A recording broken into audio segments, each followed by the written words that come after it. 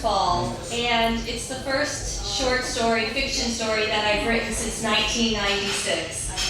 And it was inspired by my friend Janine, and I was incredibly blessed that it got accepted for publication in this anthology.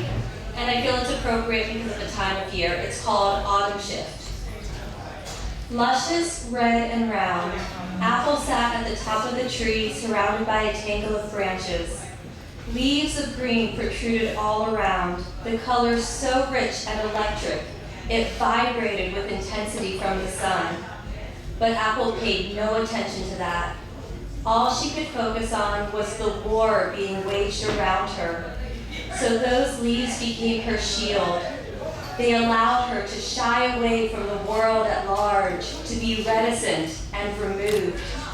Behind the leaves, Apple didn't have to see what else was out there.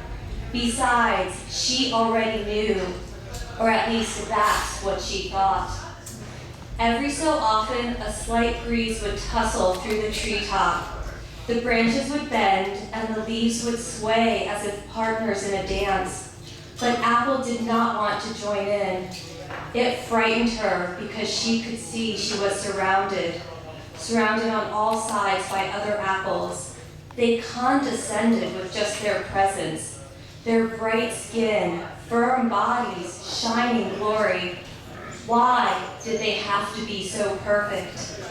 They never relented, and just when all despair seemed too much for Apple to take, the wind would shift, and she would be hidden once more. Such sweet relief to be alone again. Back in these shadows, she could wallow in her solitude. Something very strange began to happen, though. The wind started to pick up. The branches shifted, and the leaves started to dance at an agitated pace. With every glimpse of the surrounding treetop, Apple could no longer see her tormentors. The branches were bare. It was as if a huge weight had lifted from her, like their insults could no longer weigh her down. In the silence, Apple felt anew, refreshed almost, like she could finally appreciate her own place on the branch, the warmth of the sunshine, the vibrancy of the leaves. She could feel her own core, strong and stable, and her place seemed just right, as if she were meant to be there all along. Apple felt so pleased, she began to sway along with the breeze, feeling it caress her skin. Back and forth, Apple danced in rhythm with the branches and leaves.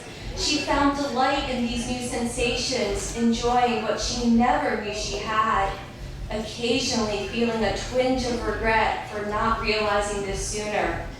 Suddenly, the wind burst through the leaves. Apple was ripped from the branch in one quick movement. She barely had time to register that she was leaving her treetop behind. But as she fell, she could see the branches and leaves high above, still waving, no longer a dance, but a farewell. Apple hit the ground. It felt cold and hard, the grass not the same cushion as her treetop. All around were the other apples, surrounding her again, still bright and shiny, their bodies firm. It didn't bother Apple, though. In fact, she thought they were beautiful, and she was so glad to be there. Apple had never felt more grateful. She had come home. The end.